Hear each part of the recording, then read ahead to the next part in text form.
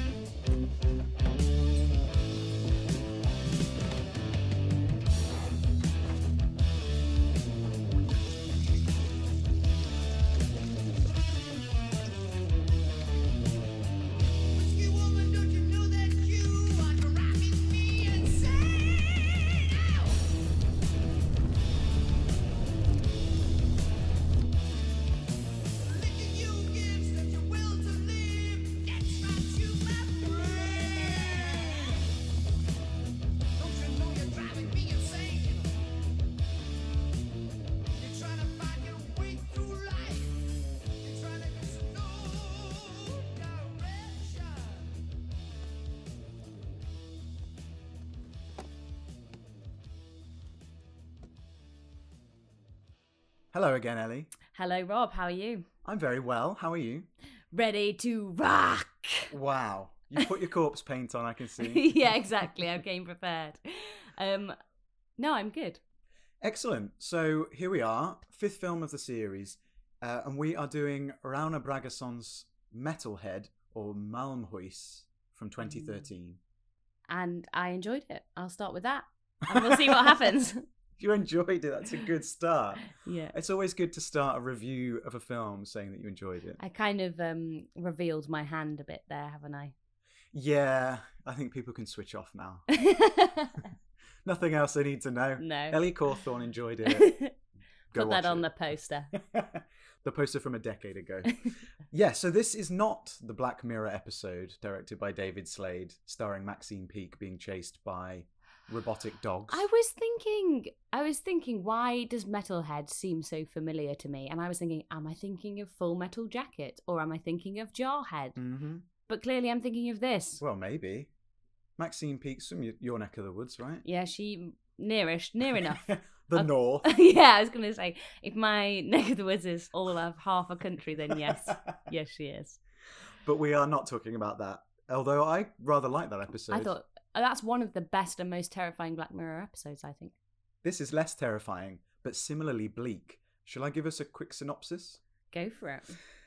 Okay. On a very rural cow farm, Hera witnesses the death of her brother in a tractor accident and blames herself.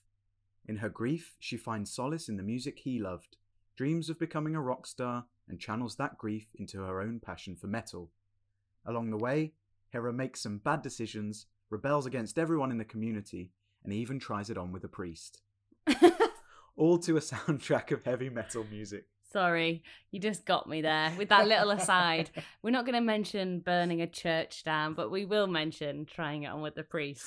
I figured, that's going to draw people in. Priorities. Yeah, so you mentioned the church burning, and we'll get into that. But this is a film set, it begins in the 80s, but the majority of the film takes place in the early 90s when that church burning stuff happens. So we see 12-year-old Hera, and she is on a farm. And we meet her dad, her mum, her friends, Knútur and Anna. And we see her brother Baldur driving a tractor. This has to be the first film we've covered where within 3 minutes, I've sort of had the fright of my life. Yeah, I found genuinely quite shocking and disturbing as an opener. Maybe it's a bit of a stretch of a comparison, but no spoilers about to be given here, but in Hereditary, where halfway through the movie there's a scene that just changes the ball game entirely. Mm-hmm. It kind of gave me a bit of that vibe in that it was quite innocuous, and suddenly something really, really shocking happened quite out the blue and, you know, change the tone. So we have this kind of really rose-tinted farmhouse life, don't we? And literally rose-tinted. It looks, well, it doesn't look like Iceland. It's so sort of warm and sort of hazy. And like you say, like almost, rose-tinted, as if this was the dream. They were living their best lives. And I guess when we look back on our childhood, often that's the view that we give it, I guess. And I think with the moment, as you say, the tractor accident moment is so sudden and so brief that you kind of, if you blinked, you'd miss it. And you kind of go, sorry, what just happened? Did I just see what I thought I saw? And sadly, yes, you did. Yeah, it happens so quickly into the film. You don't even get a chance to spend time in this situation. It covers everything we need to know in about 2 minutes, and then suddenly, boom, Baldur falls off his tractor and into the drive shaft where he gets scalped. Oh, I think it's a clever move, though, for an opening sequence, because really the whole film is about grief and how its repercussions are felt for years to come. And what it really does in that opening sequence is reiterate the horror of this moment. Obviously, this isn't a horror film, but it's a horror moment, isn't it? For sure. It's one of the most shocking things I've seen in a long time. And I've watched a lot of horror films. It's just comes so out of the blue, and that's the driving force for the rest of the film, I suppose. There's something about industrial accidents, isn't there, that's like particularly gnarly and horrifying. And they don't shy away in this film from showing sort of the grossness of it. You know, you see his long locks just like flailing around in the machine. It's pretty grim. With no head attached to them. No. Oh, and his fingers just sort of... Yeah, it's nasty. And you can just imagine as a young person witnessing your brother go through that. I mean, I don't know how you would get over that. Burn a few churches down, try to get with a priest, and then this might is be your way how. through it, isn't it?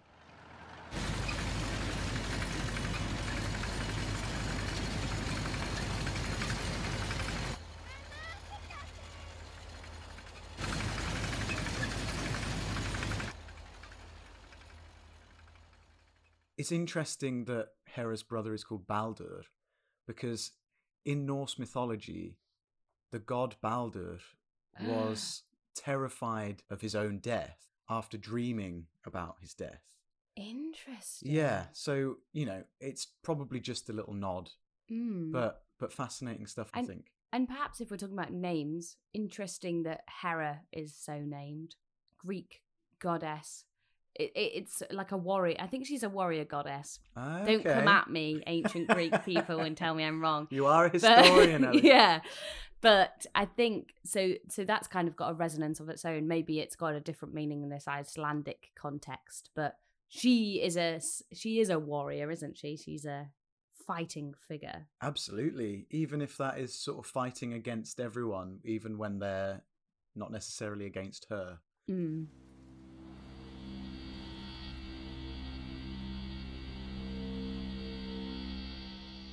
Ooh, it made me feel a bit queasy, that opening sequence. But the rest of the film, not so much. No, definitely not. But that queasiness must have stayed with Hera her entire life. So we cut from 1983, which is the year on the gravestone of Baldur, to early 90s. There's no real marker for the year. Yeah, it doesn't really go heavily on the period piece aspect, does it? You know, we're not kind of shoehorned into 90s references, but I think that's good. It feels quite timeless. Like when you said, it's early 90s, I thought, oh yeah, I guess it was. Like it wasn't really shoved down your throats. No, and also I imagine in rural Iceland in the early 90s, pop culture probably, other than this metal music that Baldur and Hera love so much, hasn't made its way there. We only see a microwave for the first time later on in this episode. That's what I was going to say. That was the one moment where I was like, maybe I haven't really paid attention to the time that this is set in, when he was like, this is a microwave. 20 years after microwaves were invented. Is he mansplaining a microwave? But no, that's fine. Okay. Yes. So I imagine keeping the style and art direction suitably 90s rural Iceland was relatively easy. Because it's probably still the same now. Yeah, it doesn't look hugely different to the rural Iceland of 2022 that we've seen in other films. No, exactly. So in the early 90s is where we catch up with Hera. She is sitting on a bench, having not left town for, probably the 100th time, because she just can't leave. She wants to go to Reykjavik, but she can't leave because why? Because her grief is keeping her there. What do you think? Do you think that's it, or that she is too nihilistic to leave, as in she's just given up hope? I don't know. I feel like she might be trying to atone for her sins and keeping herself in this tiny little corner of the world because she'll never, I don't know, because she doesn't deserve to enjoy life. Punishing herself. Yeah. And it does feel like that from some of her actions that we see as we move forward. But also perhaps that she feels like she owes it to her family to be around because they've lost one kid. She might not want to leave and leave them with no one. Even though Mum often says it would be better if she did leave. I don't believe that.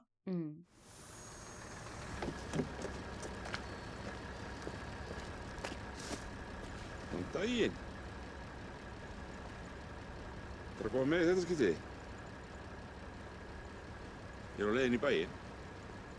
Ég veit.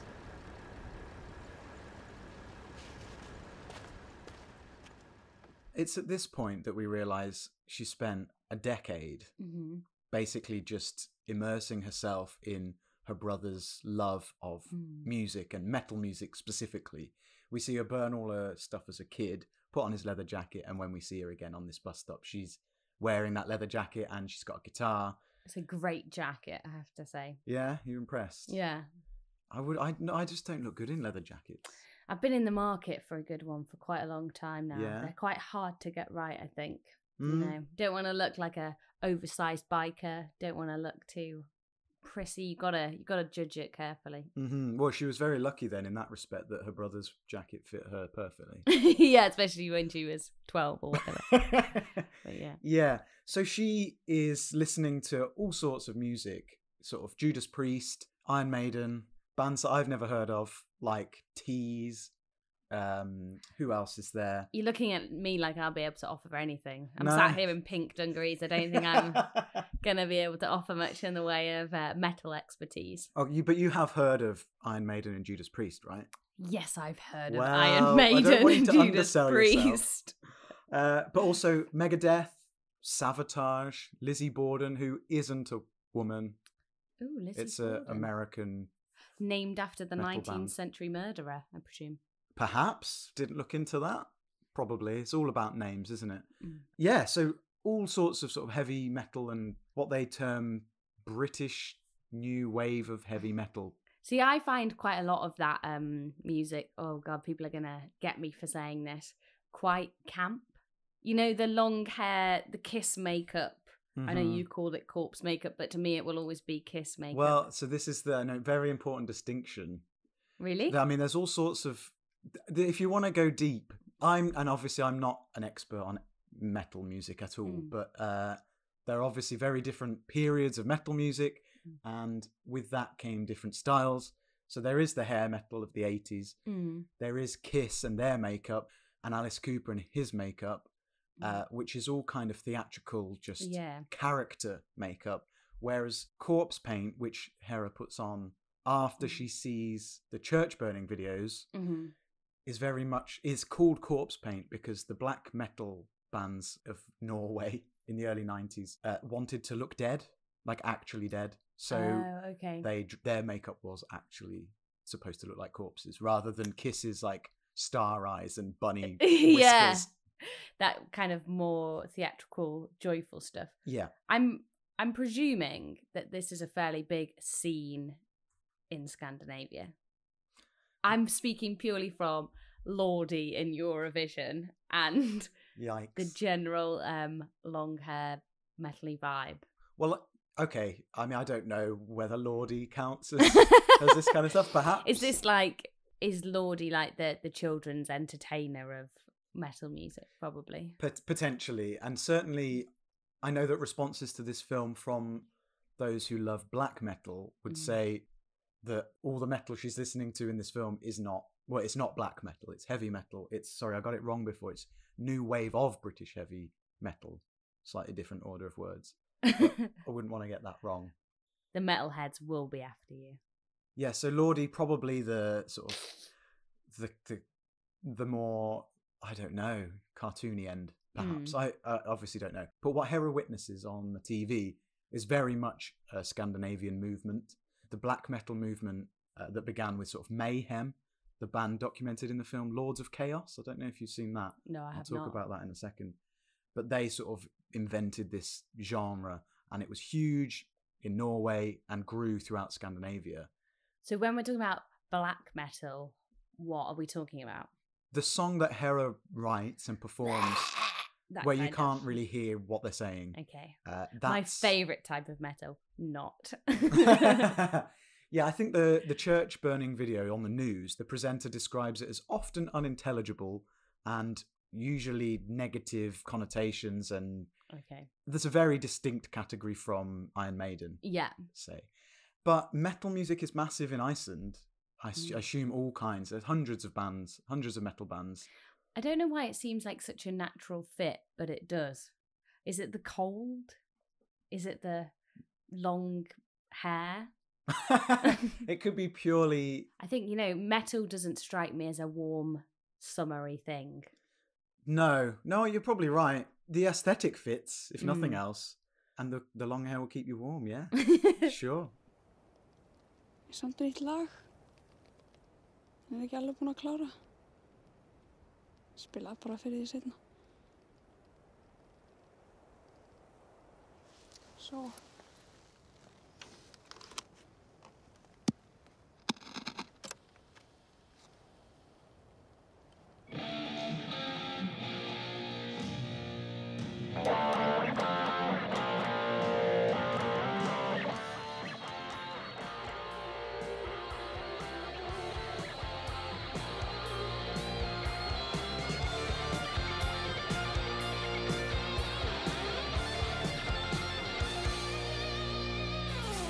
But Hera loves this music, and it's what gets her through. It was obviously, she's obviously been listening to it for so long now. Like, a decade is a long time. When you think about the events of this film, everyone is still so supportive.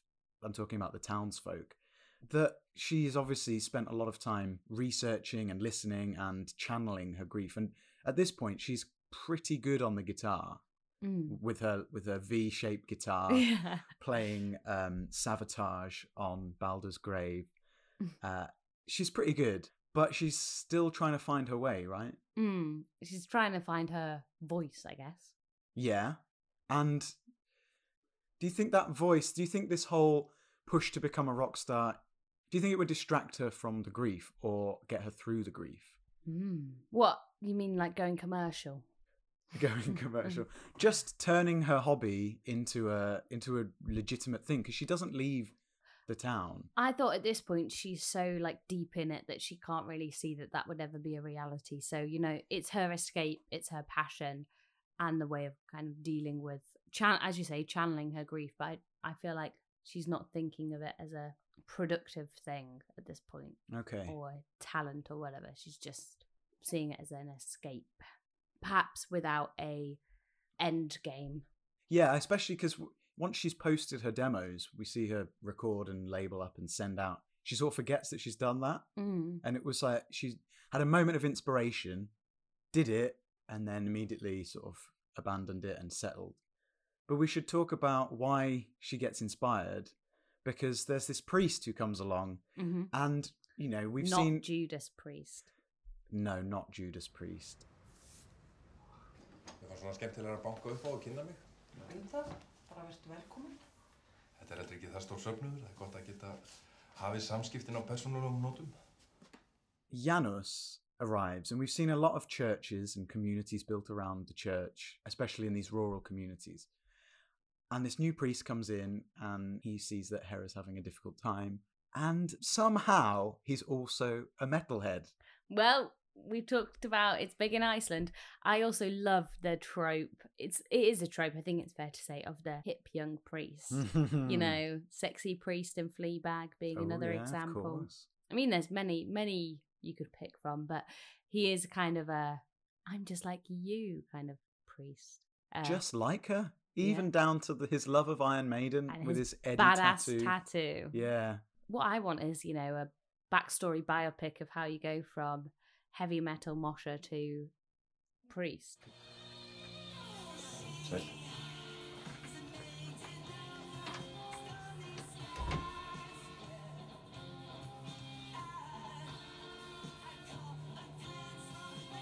Sjá þetta dagur. Screaming for Vengeance, klassík. Skilur þetta ekki. Nú. Hvað skil ég ekki? Þið er alltaf að gera lítið úr hljómsveitunum. Segja tilbyggði djöfulum og eitthvað þannig. Þú myndir bara hlusta á textana. Fjallum raunveruleikann. Stríð er raunveruleiki, dauði er raunveruleiki. Það segja hlutina bara eins og eru, án svo að smyrja á einhverju tilfinningabulli. Getur aldrei skilja.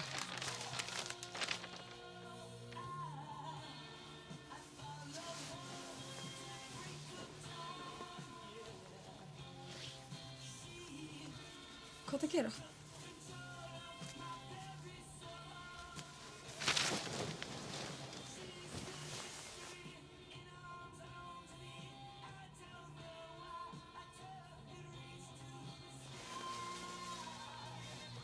Má ekki að dæma manneskja á yfirborðinu.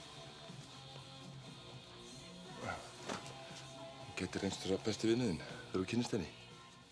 He is a sexy priest, although he is quite goofy at times as well. I don't know, his face when Hera is dancing around, thrashing around at the community dance, and he's just like watching on, just with this big goofy grin on his face. It's so funny. He's a very warm presence, isn't he? Yeah, and he is the guiding force within this film. So Metal might be channeling Hera's grief, but it's certainly the priest who directs it. Yeah, and gets her on the right track, and even her parents as well.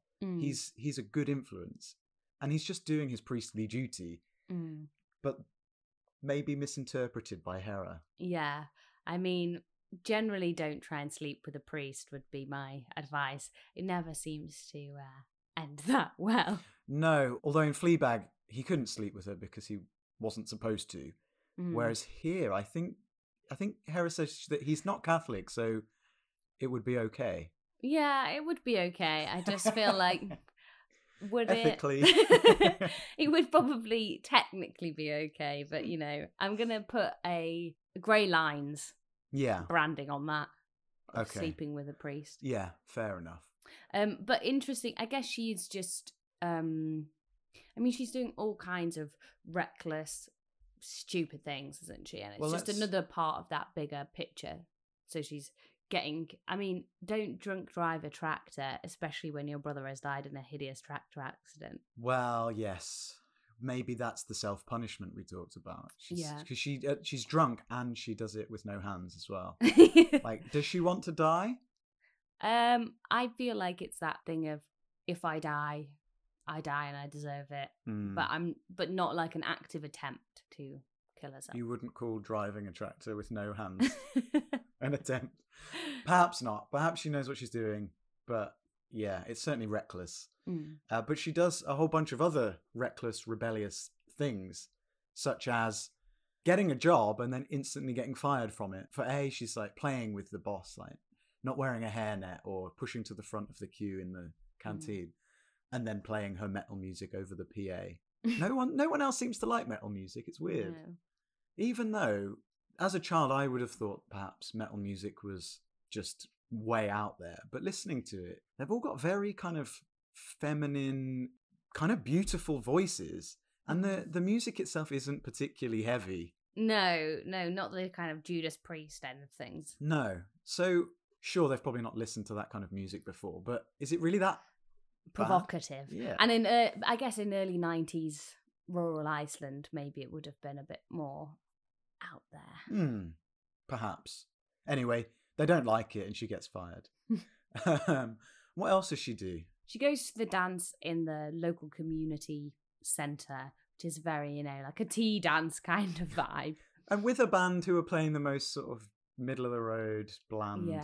Yeah. And she essentially initiates a one-woman mosh pit, I should say, which then evolves into a fight. Yeah. She also lets her family's dairy cows out into the freezing cold winter. They're clearly bulging, wearing their bras, like they need to be milked, but she's just setting them free. And she goes, "Go now, you're free," or something. And it's obviously a sort of, she wants to be free. They're the cipher for her, I guess. She's letting them out. She really wants to be gone and free of the grief, free of the shackles that are tying her to town. But the cows are the ones who are going, and also it's not good for them. They're not going to enjoy being free out there. Don't make us go out in the cold with our bras on. Those cows live in a pretty shitty life. Even as dairy cows' lives go, they're living it pretty bad because they've got to listen to Hera's screaming constantly as she plays and records her music, and then she's sticking them out in the freezing winter cold. Like, bit harsh on the cows. Yeah, a bit harsh. Basically, a load of just provocative movements to be like, it's quite attention seeking, isn't it? I think you're right. I think a lot of it is just attention seeking and hitting out because she's frustrated rather than any real motive. Yeah, and we don't see these actions never, even the church burning, is not really that malicious, is it? It's more fueled by anger and momentary frustration and not being able to communicate emotions via other means such as words. Yeah, exactly, but that's what she does eventually through her song. But let's talk about that church burning scene, because those were a big and important moment in the black metal scene in the 90s, and it all began with sort of this band Mayhem and their guitarist Euronymous, and there was loads of drama around it, and they were burning churches because they were anti-religious, and a lot of that scene was kind of racist and anti-feminist and all sorts of stuff. So it was the bands burning the churches or the fans? The bands, yeah. Euronymous was key in starting it. Maybe the fans did it later on, I can't remember, but certainly the bands started it. And it's documented in this film Lords of Chaos, which came out about 4 years ago.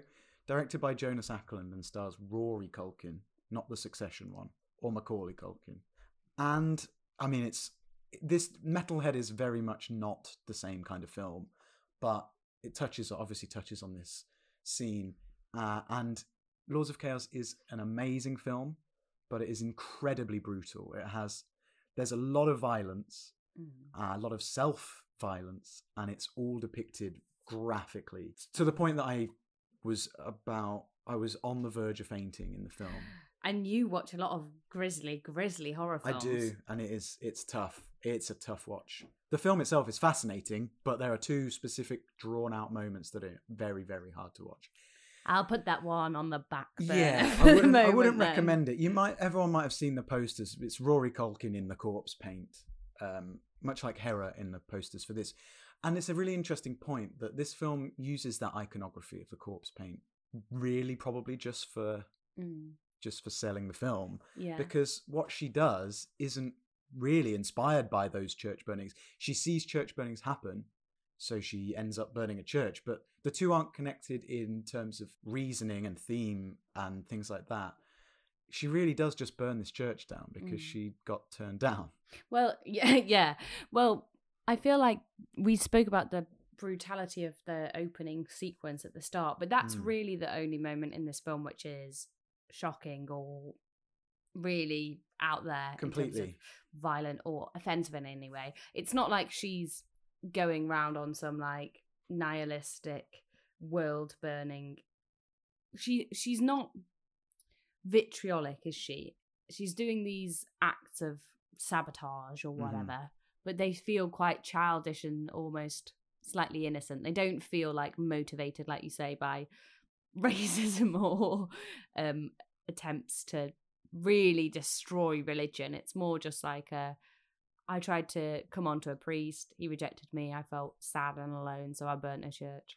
Yeah, I mean, it's essentially sort of childish behaviour, isn't it? Yeah. And we are a decade on, so she's probably 22-ish by this point, which is it's quite old to be acting like that. But then I guess if you've been isolated and just dwelling on all of this for so long, perhaps you wouldn't have grown up in the same way.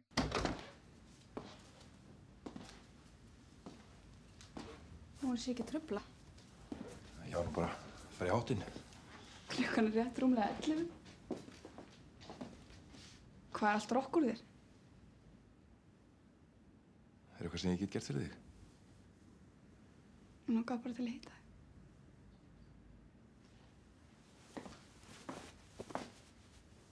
Þú ert öðruvísi. Ég get talað við þig. Haltu utan mig. Ég get ekki. Af hverju ekki? Af því þú ert prestur. Þú ert ekki kaþólskur. Hera, þú ert eitthvað að miskilja. Ég held að... Mér þykja mjög leiðilegt ef ég... It's not just Hera who can't deal with the grief. Her parents have fallen into their own sort of trap of not being able to communicate. They don't talk. Hera's mum is very much spaced out all the time. She struggles to get out of bed, which is, I guess, a sort of physical manifestation of that grief. There's also the scene, isn't there, at the community hall dance where they are trying to start to pull themselves out of it, but Hera's mum says, "Are we going to dance?" And the dad's like, "No, I don't dance." Mm-hmm. And there is this kind of tension where you can tell. I think Hera's just like reveling in the despair and the grief, whereas they are trying to pull themselves out of it. I'm not sure I would say they were trying to pull themselves out of it. I'd say they're trying to ignore it, and not particularly successfully, because ignoring it isn't going to do anything, and it clearly hasn't. They've not moved past it. It's been 10 years. If they were trying to, I think they might have done a little bit more. But it is Hera and the priest and all the actions that come from that lead to them figuring out that they need to talk. The priest is such an important person in this film. All he has to do is sit down with them once and say, "Did you get any counselling?" "No." "Have you talked about it?" "No." And they're like, "Oh, should we talk about it?" Maybe that might help. And one of the most emotional scenes actually is when Carl, played by Ingvar Sigurðsson, he finally is just like, "I can't do it anymore," and breaks down in the shed where he makes his moonshine, and just is like, we need to move on. We've never talked about it properly, but I think you blame me for not putting a cover on the drive shaft of the tractor. Very technical. But if that's what Drottlaug blames him for, then, or at least what he thinks Drottlaug blames him for, then that needs to be discussed. And turns out she has never said that. She might have thought it, but they needed to talk about it. And very quickly it becomes clear that they can move on. The film's overall overarching message, even though it goes to these dark places and it is all about grief, is quite hopeful, I guess, in a way, that if you address grief and try and process it and speak about it, there is a way through, and find comfort in certain things. And that's a sea change moment, isn't it? That they address this, and then from there on we see their relationship changing and them singing together and starting to find the joy in life again, which is nice. It's very nice. And again, music being the thing that they turn to in their moments of sort of happiness.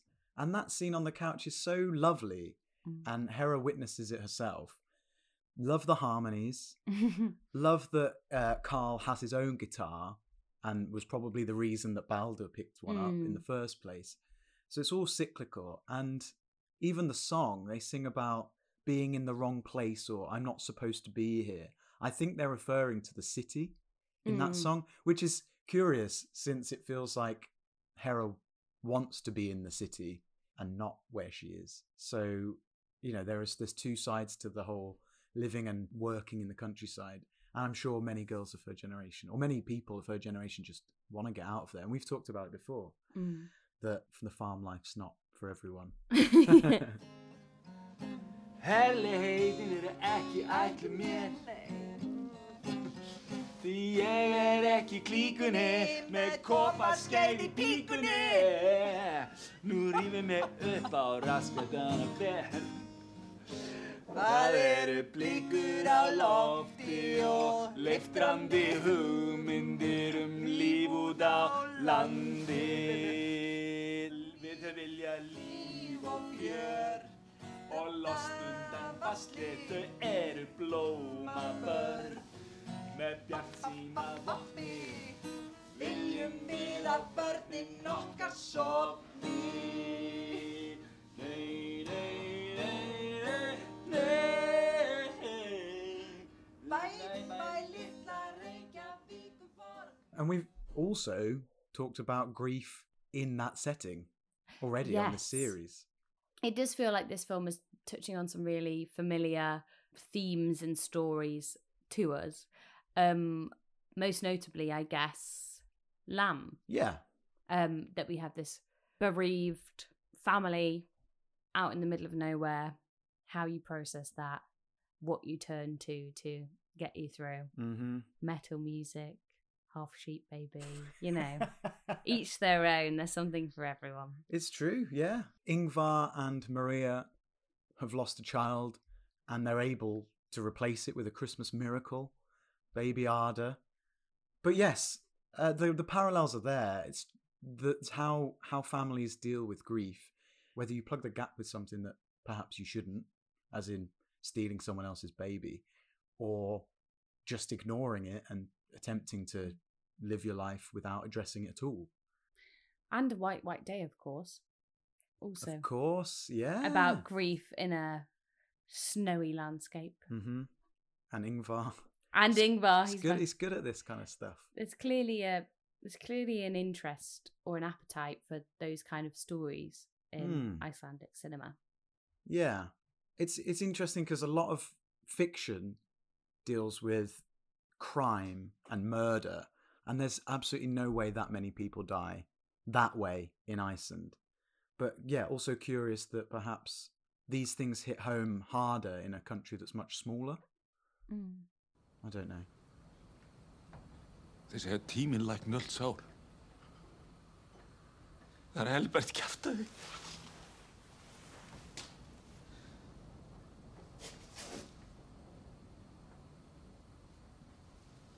Láttu ekki svona, Kalli. Stattu upp. Við höfum aldrei talað það sem gerðist. Hvað vitleysa víst höfðu gert það? Ekki á alvöru. Ég veit að ég hefði átt að græja líf og skatt. Ég hef aldrei kennt þér það. Ég veit alveg hvað þú að hugsa. Maður hugsar margt. Já, alltaf margt. Mikið að gera þetta sumar. Nú er ég búinn að kaupa skikar og við læk og helvítis massin alltaf bilaður. Hausinn í hútur á þetta.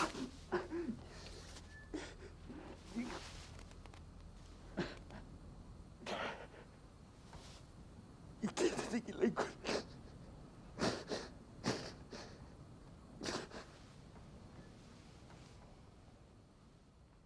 After she's burnt this church, Hera runs to the hills, and that's not an Iron Maiden pun. Although I wonder whether it's specifically in there for that reason, because she could have gone anywhere. But that's again something we've seen before. You know, 101 Reykjavik, run away to the hills, to the snowy mountains if you're not sure what to do. Yeah, and almost die of hypothermia. But she does. Hera goes up there, sort of because she feels like that she might be chased out by the town, I don't know, in reaction to the burning of the church. Or she's just ashamed, I guess. Oh, maybe, yeah. That would make more sense. But she's hiding up there and returns to her best friend's house, Knútur, with some geese. So there's sort of some kind of reconciliation gift where the town are having a meeting about her. But let's talk about Knútur, because he's a character in this film. He is a character that annoyed me. Is he meant to be lovable? I found him like really insufferable, and I can't really put my finger on why. Or was he meant to be insufferable? I think I think neither. I think he's not meant to be lovable. I don't think he's meant to be insufferable. I think he's just that kind of... He's the depiction of the traditional... small town man. Yeah, and you can see it in most of his actions. Like, they had sex once and he got her an engagement ring, and I was like, get out of there. Exactly. This is it. Like, he's got no other options. Yeah, he proposes to Hera, who's wearing corpse paint, which is quite a surreal and funny moment. He buys her a microwave. He basically treats her as the traditional housewife as soon as they get together, because for some reason Hera decides that, oh, actually I should live a, inverted commas, normal life. Any man who buys you a microwave as a present, no. I guess she sees him as comfort and security, doesn't she? Yeah. She's kind of like flip-flopping between burn it all down, destroy everything, and, oh, maybe I should just be boring forever and comfy. Yeah, that's it. I mean, she's known him her entire life. They've been close friends for that whole time. But in those kind of situations, it's quite often that one of the two in that friendship will think it's perhaps something more. And Knútur is clearly in love with her and has always been, and also has no other options, as he says quite explicitly. And yeah, he's just that idea of the traditional guy, and he wants to settle down. I love that his post-sex chat is like, so I've been lucky enough to be asked to tame a mare. And he goes off and talks about, this horse that he's going to be lucky enough to raise. And it's just like, you don't have any chat, do you? You've got nothing except what you know about farming in this community. I guess he's just the symbol, isn't he, of like stay in this small town and kind of give up and just submit to... I guess that's another theme in the film, as well as how to get over grief, is about conformity and whether you should just do what everybody is telling you to do, or whether you should follow your own path and, do your own rock thing. Although her parents are not, if it was more traditionally telling that narrative, her parents would be like, we can't listen to this terrible music, but they seem fairly supportive. Well, they've been listening to it for 10 years, and when they do have a go at her, it's because it's too loud rather than... It seems fair. It does seem fair. And her mum even says, well, if you want to go. They're not keeping her there. So it is all on Hera, really, rather than conforming because everyone wants her to. She feels perhaps guilty that she should. I guess the final moment of change is when the most sweet and lovely rockers arrive, who have come all the way from Oslo because they've heard her tape and really want to meet her and see what she's up to. And they're so cute. They're cute. I don't think they should be cute, to be honest. No, I think they should. I think that's the point. They're meant to be cute, lovely boys, aren't they? Because cute, lovely boys. Meant to be cute, lovely little boys. But I think it's nice because that's the point, that she's kind of got this like dichotomy, right? Where she's like either like metal and burn the churches and destroy everything, or conform and become a microwave loving wifey. But there's another way, which is try and forge a musical career whilst also being kind and thanking your host for dinner, which is presented by the lovely rockers. Show that metal doesn't have to be scary and horrible. You can love to rock and also just love to be kind. Yeah, and in terms of this story, that works perfectly. I wonder whether those people exist. I think so.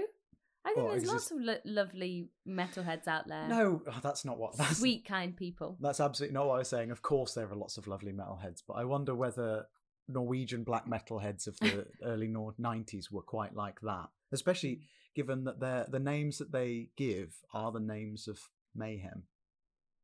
Oh. Well, at least two of them are. I don't think they're meant to be the band, but certainly they don't act like the band.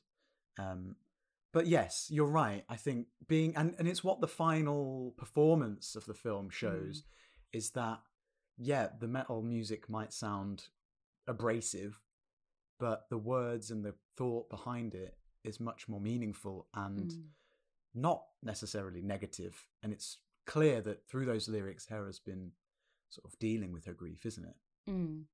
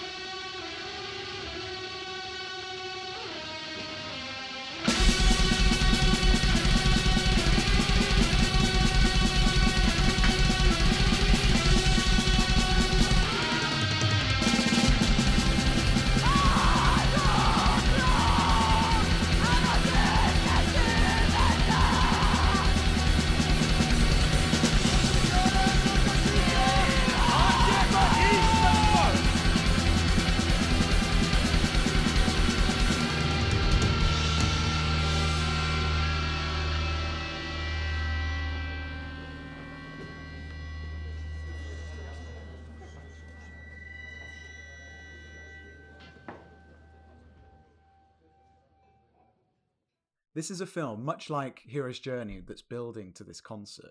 And you kind of want Hera to follow this path and become a metal star. And the first thing she does is get the band to play with her at the community centre while everyone in the town's having some sort of banquet. But they're not quite sure what it is that she's playing, and they certainly don't enjoy it initially. Someone's like, "We can't hear what you're saying." Another lady's saying it's too loud. And someone else says, "Play something Icelandic," which reminded me of the Eurovision film. Did you see that? You haven't seen it yet. Well, you should. It's not very true to Iceland, but it's very good. But there's a character in there who's constantly like, "Play Ya Ya Ding Dong," which is the sort of novelty song that the band play. Curiously enough, that guy who says "Play Ya Ya Ding Dong" is the actor who plays Knútur in this film. Which is a weird connection. But there's lots of stuff in this film about the different kinds of music and Eurovision. In fact, Hera says, I think, "What are you into? Are you into that Eurovision crap?"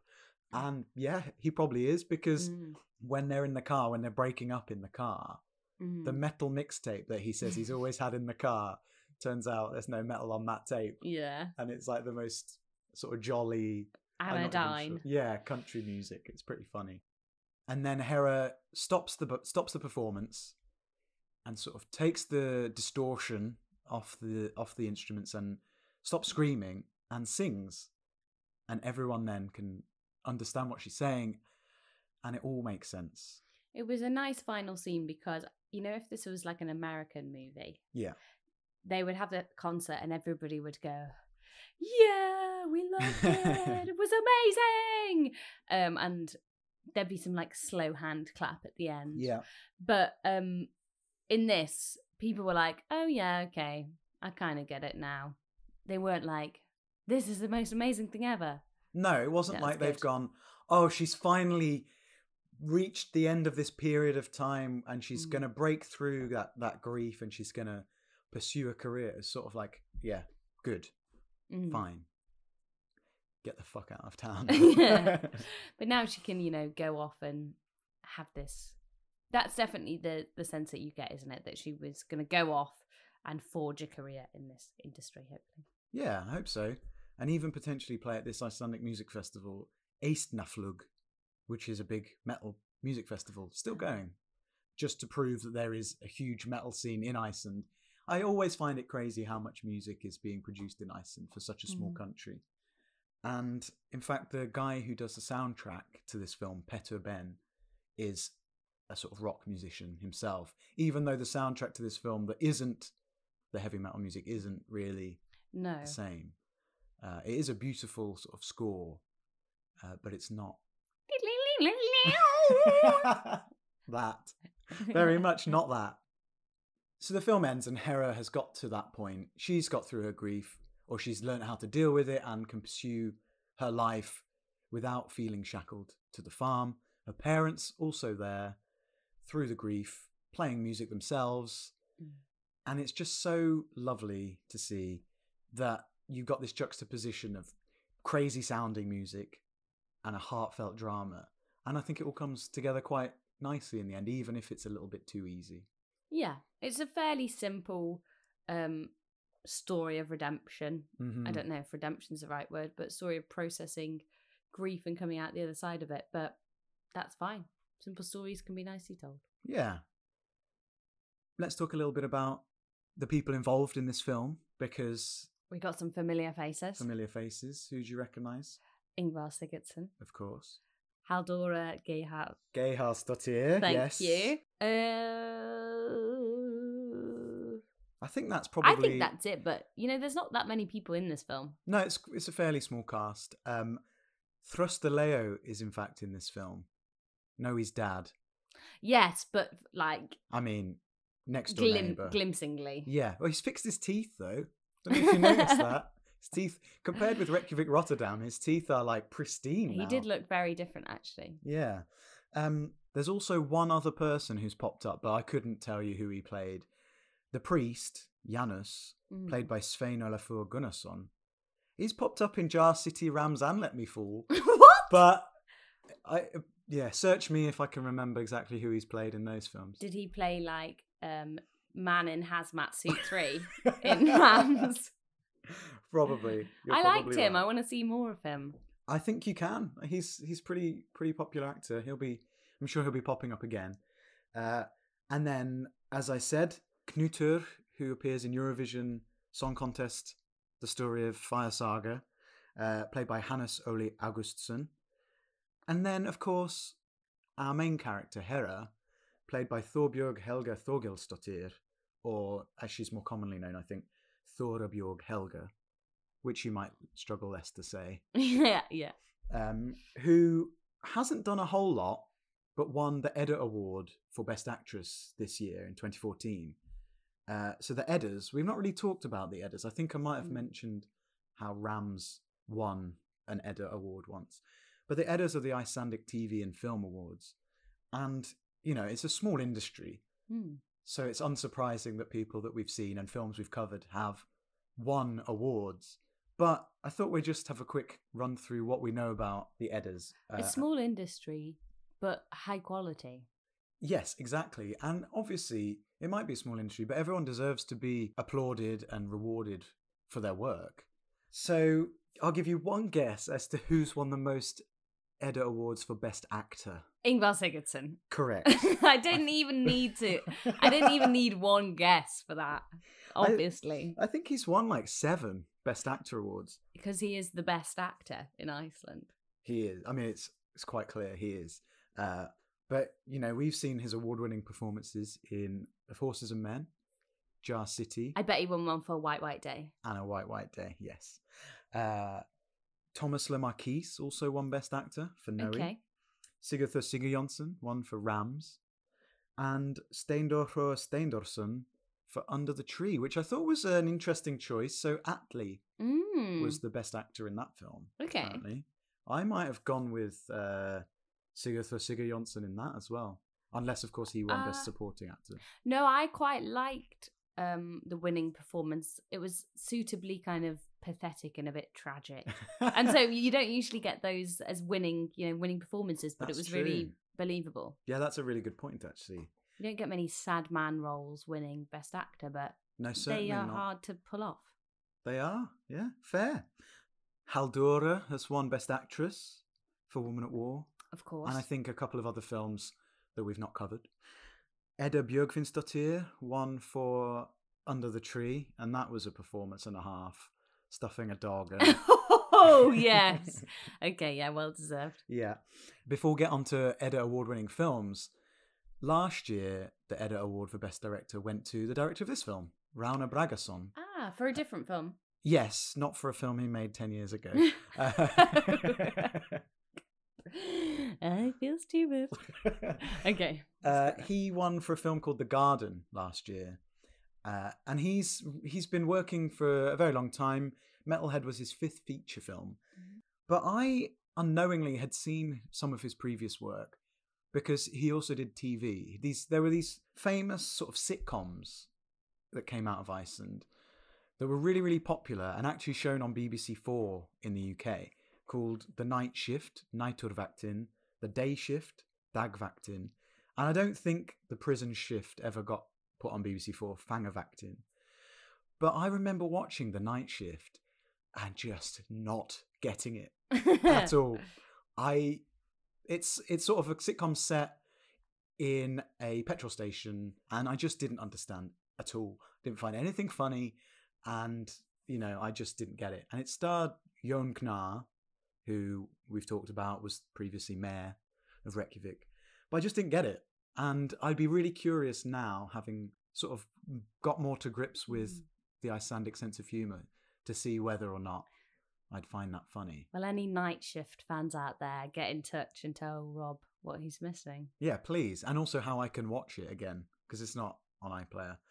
And Bragason also worked with Gnarr on a film called Mr. Bjarnfreðason, and also wrote episodes of a TV show called Prisoners, and just done loads of stuff, and I'm sure we'll see him again.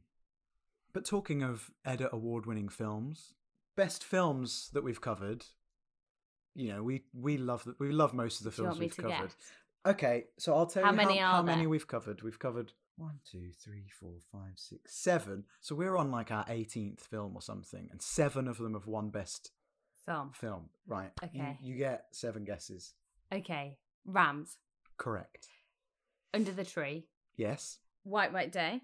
No, controversially, Ingvar won, but the film that won that year is a film called Agnes Joy, which we've clearly not covered, but I think is one certainly top of the list for a forthcoming season. It's got to be good then. Yeah. I'll let you keep guessing. 2 of 7. Can cut all this thinking out. Woman at War. Correct.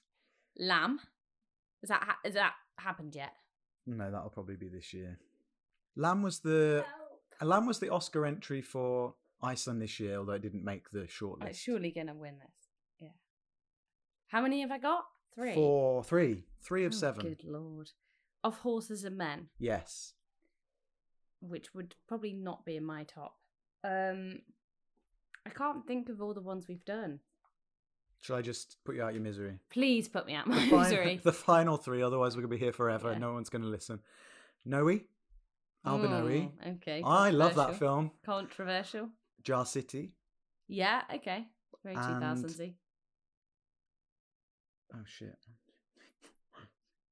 There's only 6. You can just include that. It was a trick all along. Yeah, you still didn't get 2, though. But we are about to cover one more. Yeah. What's it called? It's called Heartstone, and it's going to be the final film we cover this series. Heartstone. That does make me think of that film Dragonheart with Sean Connery as the dragon in it. Oh, I remember that. Yeah. Nothing like that. Okay, what's it about? What's it about? Well, you'll have to watch it and find out, and you can come back and talk about it next week.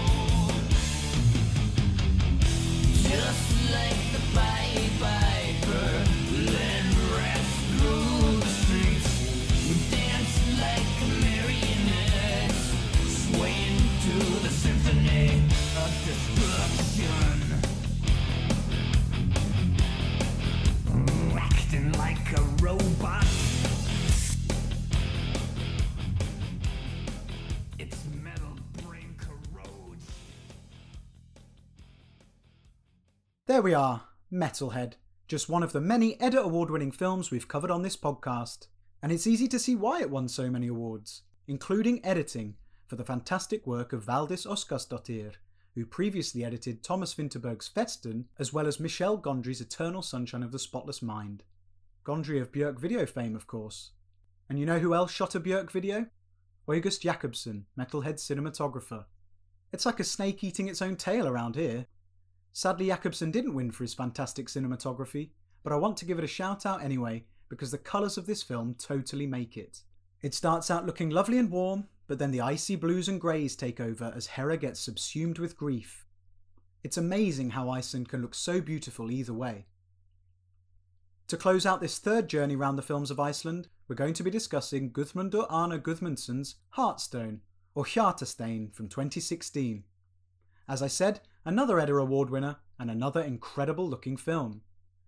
This is available to rent or buy on Apple, and I suggest you check it out before then. And also, if you don't already, follow, chat with us and support us on Twitter, Instagram and Ko-fi at Kvikmyndapod. That's KVIKMYNDAPOD. If you could leave us a nice review at Apple and give us a rating on Spotify, that would be awesome. Until next time, tack or bless. Thanks and goodbye.